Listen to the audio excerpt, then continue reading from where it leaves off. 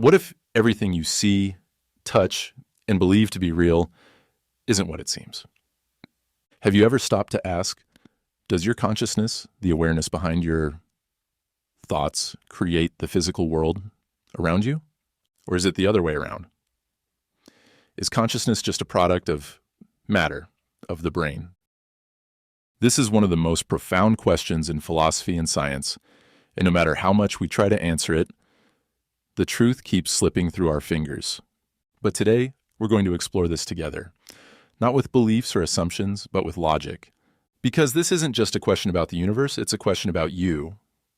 Let's start with what seems obvious. Look around you, the chair you're sitting on, the screen you're watching this video on, the air you're breathing. It all feels real, solid, tangible. For centuries, most people believed that matter, the physical stuff of the universe, came first. That consciousness, your thoughts, your sense of self, is just a side effect. In this view, your brain is like a machine. It processes information, and consciousness is just the result of neurons firing. No brain, no mind. But here's where things get strange. If matter created consciousness, then how do we explain the fact that without consciousness, you wouldn't even know matter exists? Everything you've ever experienced, colors, sounds, objects, even time itself, only exists because your mind is there to perceive it. Without you, the observer, how can we prove there's anything at all? This is what philosophers call the hard problem of consciousness. How can a physical brain, made of atoms and molecules, create something as non-physical as thoughts, emotions, and awareness? Now let's flip the question. What if consciousness isn't the result of matter? What if it's the other way around? What if consciousness creates the physical world? Think about it. Everything you call reality is filtered through your mind. Light hits your eyes, but your brain is what transforms it into colors. Sound waves hit your ears, but it's your brain that turns them into music or voices. Even time feels different depending on your state of mind. A minute can feel like an hour when you're anxious, or like a second when you're in love. So, if everything you experience depends on your mind, how can you be sure the physical world exists independently of your consciousness? This is the idea behind many philosophical traditions, from ancient Eastern philosophies to modern thinkers. They suggest that consciousness isn't a product of the universe, it's the starting point. In this view, the universe is more like a dream, and you, the observer, are the dreamer. But what does science have to say about all this?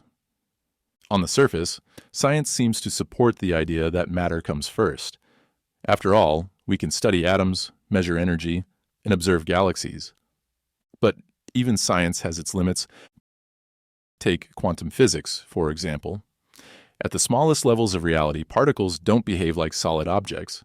They exist in a state of probability, like waves of potential, until they're observed. In other words, something only becomes real when a conscious observer interacts with it. And that raises an interesting possibility. What if consciousness isn't just a byproduct of the universe? What if it's a fundamental part of it? Some scientists are even exploring ideas like panpsychism, which suggests that consciousness might exist in everything, not just humans, but in every particle of the universe. But let's bring this back to you. What does any of this mean for your life? If matter creates consciousness, then you're just a biological machine. Your thoughts, your dreams, your sense of self, they're nothing more than electrical signals in a brain. And when the machine stops, so do you. But if consciousness creates matter, then the implications are enormous. It means you're not just a passive observer of the universe, you're an active participant. The way you perceive the world shapes the world itself. And it also means that everything you experience, joy, pain, love, fear, isn't something happening to you. It's something happening within you. So which is it? Did matter create consciousness, or did consciousness create matter? The truth is, we may never have a definitive answer. But here's something undeniable. Most of us aren't truly living as conscious beings. If you observe your own life, your thoughts, and your reactions, you'll notice that most of the time you're running on autopilot. Your thoughts, emotions, and behaviors are shaped by forces you rarely question: your DNA, social conditioning, cultural norms, and the echoes of your past. But here's the key. You don't need to fight these forces. You don't need to change or fix them. All you need to do is become aware of them, to observe, to notice, to be conscious of the patterns driving your thoughts and emotions. Why do you react the way you do? Why do certain thoughts arise? Don't suppress these reactions. Don't resist them. Just watch. Because the very act of being aware begins to loosen their grip. You start to see the matrix for what it is, not as an external force controlling you, but as a system of thoughts and conditioning that only controls you if you remain unconscious of it. And here's the most important part.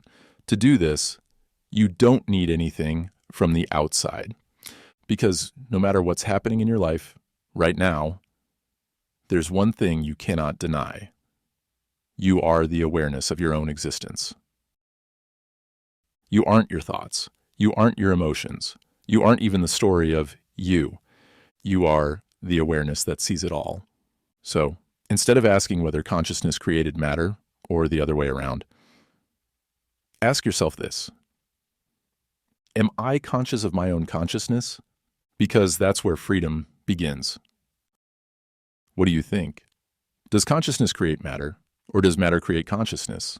And more importantly, how conscious are you of your own thoughts, emotions, and actions?